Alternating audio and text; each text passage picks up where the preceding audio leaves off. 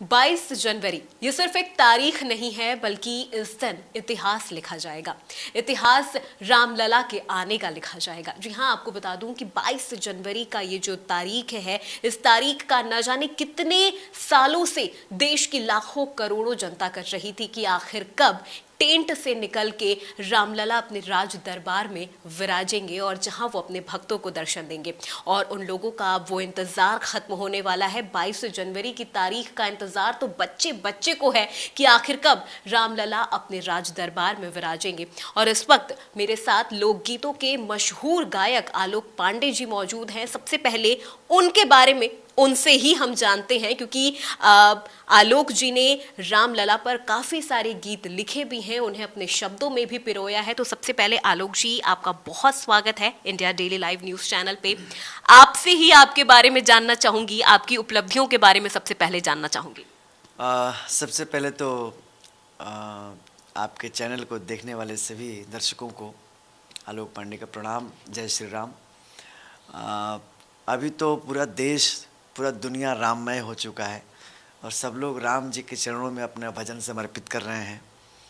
और हिंदी में, भोजपुरी में, अनेक अनेक आंचलिक भाषाओं में भी लोग अपनी अपनी भाषाओं में प्रभु राम को समर्पित कर रहे हैं। हमारी पहचान भोजपुरी से, विशेष रूप से भोजपुरी संगीत से है। लोग हमें बहुत प्यार दिए हैं भोजपुरी संगीत के ज़रिए और कई सारे चैनलों पे लोगों ने सुना है। तो मैंने अपने भोजपुरी भाषा में तो गीत गाया ही है और राम आएंगे जो हिंदी में हम गा रहे हैं और लोगों को सुना रहे हैं, तो हम उसको भोजपुरी में भी मैंने अपने शब्दों में मैं पहले उसको आपको सुनाता ही हूँ। बिल्कुल बिल्कुल। शुरुआत ही हम इसी गीत के साथ करते हैं, क्योंकि इस वक्त देश ही नहीं बल्कि पूरी दुनिया राममयी हुई है। तो राम आएंगे जो गाना है उसको हमने अपने भोजपुरी के शब्दों में जी बहुत बहुत ही प्रचलित ये गाना भी है, तो हम चाहेंगे आप इसे अपने शब्दों में एक बार हमें सुनाएं।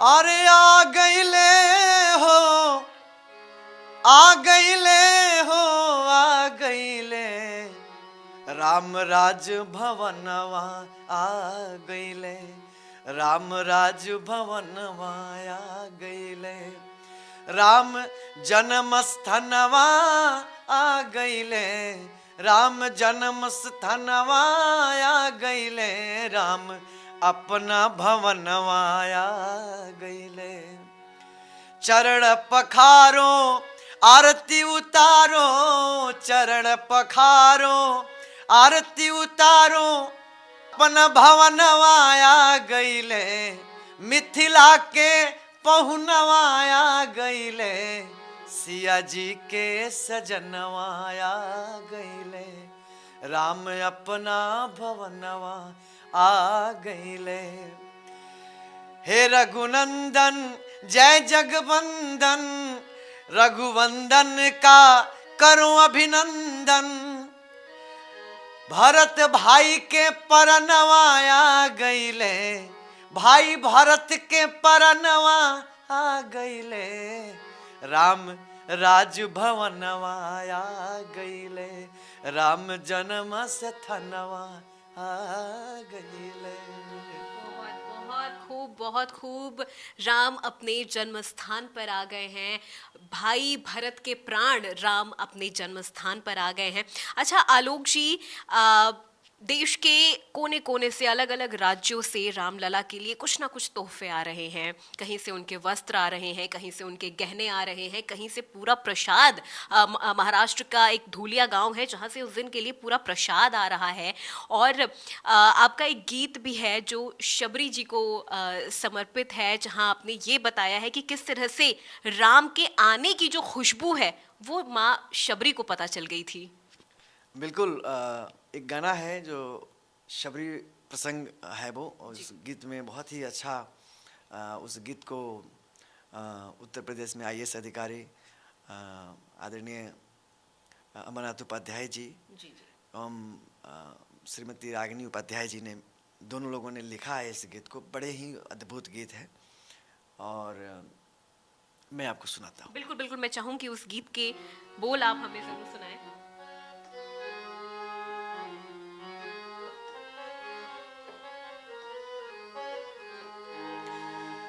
कब से निहारे रामा रहिया बुहारे रामा, नैनन सुवन अमर संवारे रामा। कब से निहारे रामा रहिया बुहारे रामा, नैनन सुवन अमर संवारे रामा। मह मह चहकत गाछ पात आए रामा, सुर भी बयरिया सन लग लाए रामा। चिहुकत जियारा में राम के प्रीति एक, बार बार कहे सुनो बिपिन सुहाए रामा। चिहुकत जियारा में राम के प्रीति एक, बार बार कहे सुनो बिपिन सुहाए रामा। बिपिन सुहाए रामा प्रीत बढ़ाए रामा, लगे है शबर ही सोझवे ठाड़े रामा। कब से निहारे रामा रहिया बुहारे रामा, नैनन सुवन अमर संवारे रामा। अखियन में बस एक को सजाए रामा, अब क्या देखन शेष बताए रामा। राम शबरी संग देखी देखी गद गद, देखी दो नैनन अब क्या बसाए रामा। राम सबरी संग देखी देखी गद गद, देखी दो नैनन और क्या बसाए रामा। कब से निहारे रामा रहिया बुहारे रामा, नैनन सुवन अमर संवारे रामा। बहुत सुंदर गीत, और उससे भी बहुत ही खूबसूरत शब्दों में आपने आपने इस गीत को पिरोया है।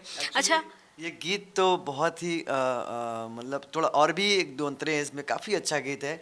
और ये हमारा जो गीत है, हम लोग इस गीत को रिकॉर्ड किए हैं, और भी ऐसे कई गीत हैं उनका लिखा हुआ, और उन्होंने राम भक्ति और राष्ट्र भक्ति दोनों की, और उन्होंने दोनों विषय के ऊपर इतना अद्भुत अद्भुत गीत लिखे हैं।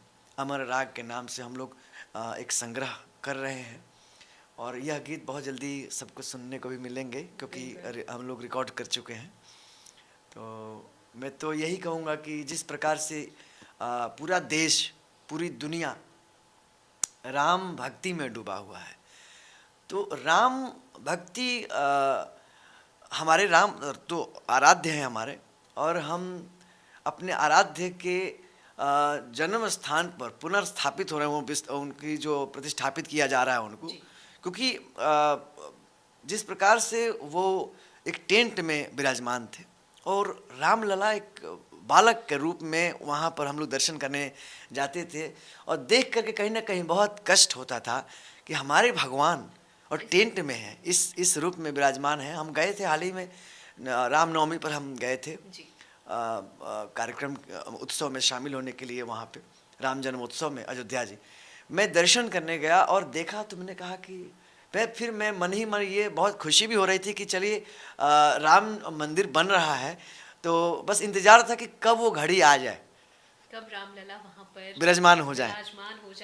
बिल्कुल, देखिए आलोक जी, लाखों लोगों का ये सपना था जिन्होंने एक बहुत लंबी लड़ाई भी लड़ी, और हम खुद को बहुत भाग्यशाली मानते हैं कि हम उस पीढ़ी में हैं कि हम रामलला को विराजते हुए देखेंगे। निश्चित रूप से हम सभी बहुत सौभाग्यशाली हैं। हमारा सौभाग्य है आने वाले कई सौ साल बाद भी जब इतिहास लिखी जाएगी, तो हम कहीं ना कहीं हमारे जो नेक्स्ट जनरेशन होंगे, उसके अगले जनरेशन होंगे, वो लोग भी कहेंगे कि हमारे जो पूर्वज थे उन्होंने देखा है। और हम इस बात को निश्चित रूप से मैं आपकी बात से बहुत ही मुझे खुशी मिल रही है, यह बात सुन करके। आपने कहा कि हम लोग इसके हिस्सा बन रहे हैं। बिल्कुल बिल्कुल, हम उस पीढ़ी में हैं कि हम राम मंदिर का निर्माण होते हुए देख रहे हैं, रामलला को वहाँ विराजते हुए हम देख रहे हैं। हमारे पूर्वज इसकी बहुत लड़ाई लड़े हैं, न जाने कितने लोगों ने इस लड़ाई में अपना पूरा जीवन खपा दी है। कई लोग अपने आप को खपा दिए कि हमारे रामलला अपने जन्मभूमि में ही और एक बहुत संघर्ष करके और ये भी एक कहीं ना कहीं बहुत सोचने वाली बात है कि हम अयोध्या के राजा राजकुमार राजा दशरथ जी थे और राजकुमार हमारे भगवान राम।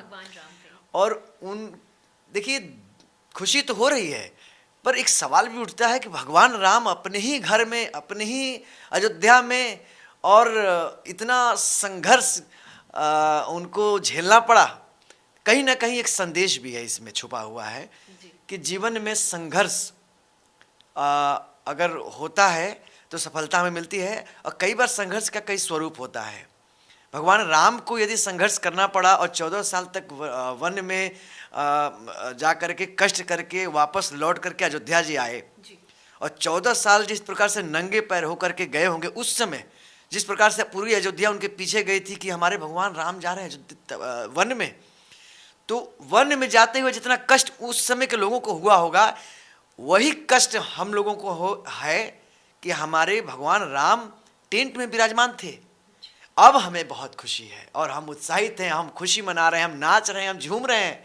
हमारे पूरे जितने भी सनातनी लोग हैं आनंद में डूबे हुए हैं, और हम तो कलाकार हैं, हम तो रोज गाना दे रहे हैं। भगवान अपनी भावना, हम तो कलाकार हैं, तो गाना के जरिए ही व्यक्त करते हैं। अब चाहूंगी कि आप अपनी उसी भावना को हमें एक और गीत के साथ अपनी भावना को प्रकट करें। देखिए, मन में हमारा एक भाव जो आ रहा है, ये भाव सबका है, पूरे अवधपुर के, पूरे अयोध्या वासी के, पूरी दुनिया के लोगों का ये भाव है जो मैं आपको सुना रहा हूं। बिल्कुल बिल्कुल। अरे बाजे बधैया हो, बाजे बधैया, बाजे बधैया हो, बाजे बधैया, अवधपुर बाजत आज बधैया, अवधपुर बाजत आज बधैया। क्यों? कि झोपड़ी से राम महल आएंगे, झोपड़ी से राम महल आएंगे, चहुदिस बाजे सहनैया, बधैया बाजे, अवध नगरिया, बधैया बाजे, अवध नगरिया।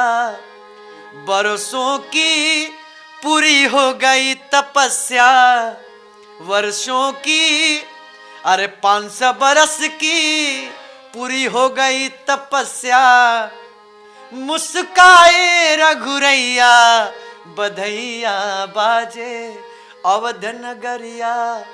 अरे अवधपुरी में धूम मची है, अवधपुरी में, और सिर्फ अवधपुरी में नहीं, पूरी दुनिया में आज धूम मची है। देखो अयोध्या क्या खूब सजी है, अरे मुस्काए रघुरैया, बधैया बाजे, अवध नगरिया, बधैया बाजे, अवध नगरिया। इतना ही नहीं, सुर नर मुनि सब आज मगन होए, अरे सुर नर मुनि सब आज मगन होए, नाचत ताता थैया, बधैया बाजे, अवध नगरिया, बधैया बाजे, अवध नगरिया। आलोक जी, जैसा आपने कहा कि एक संदेश भी हमें मिलता है प्रभु श्री राम के इतने साल टेंट में रहने को, कि अगर भगवान को संघर्ष करना पड़ रहा है तो आम इंसान संघर्ष से क्यों डरता है। बिल्कुल, हम ये मानते हैं हमारे प्रभु राम जो हमारे आराध्य हैं, हमारे आदर्श हैं, और उन्हें जब संघर्ष झेलना पड़ा तो हमें तो और कहीं कुछ कोई प्रमाण की जरूरत ही नहीं है। रामचरितमानस में पूरी दुनिया में जो आज घटित हो रहा है, जो पूर्व में भी हुआ, वो सारा कुछ वर्णन है। गोस्वामी तुलसीदास जी ने सब कुछ वर्णन कर दिया है। इसलिए तो उसमें लिखा है कि होई हई सोई जो राम रचि राखा, को करि तर्क बड़ा वही साका। उसमें तो वर्णन किया गया है कि भगवान राम की इच्छा के बगैर कुछ होता ही नहीं है। लेकिन इस बात को, उसी भावना और इस भक्ति के साथ हमें स्वीकार करना है कि जीवन संघर्ष कहीं ना कहीं कुछ संदेश लेके आता है, कुछ वजह बन के आता है। तो उसी प्रकार से, जिस प्रकार से हमें कोई उपलब्धि मिलता है, कितनी खुशी से हम स्वीकार कर लेते हैं। तो कोई भी कष्ट दुख हमें स्वीकार रूप से उसी तरह से स्वीकार करना चाहिए, क्योंकि भगवान का दिया हुआ कुछ है। तो भगवान रामलला यदि हमारे कष्ट में रहे हैं, तो बहुत ऐसे लोग हैं जो कई प्रकार के संघर्ष झेल रहे हैं, उन्हें भी उसी प्रकार से भरोसा रखना चाहिए अपने भगवान पर कि देर होगी लेकिन अंधेर नहीं होगी। जिस तरह से एक लंबे संघर्ष के बाद प्रभु श्री राम अब अपने राज दरबार में विराजेंगे, उसी तरह से हमारी भी जो तमाम परेशानियां हैं वो दूर हो जाएंगी और हम खुद को बहुत ही सौभाग्यशाली मानते हैं कि हम उस पीढ़ी में हैं कि जब हम रामलला के दरबार को बनते हुए देख रहे हैं और रामलला को वहां पर विराजते हुए देख रहे हैं। तो मेरे साथ आलोक पांडे जी थे, जिन्होंने बहुत ही खूबसूरत गीत भी हमें सुनाए और कई बातें भी उन्होंने बताई कि किस तरह से जब वो खुद अयोध्या गए थे और जब उन्होंने रामलला को इस तरह से टेंट में देखा तो उनका भी मन व्यतीत हो गया था। लेकिन अब आज न सिर्फ आलोक जी बल्कि पूरी दुनिया आज खुश है, झूम रही है और बस रामलला का इंतजार कर रही है। वीडियो जर्नलिस्ट अनूप यादव के साथ मैं अपूर्वा, इंडिया डेली लाइव।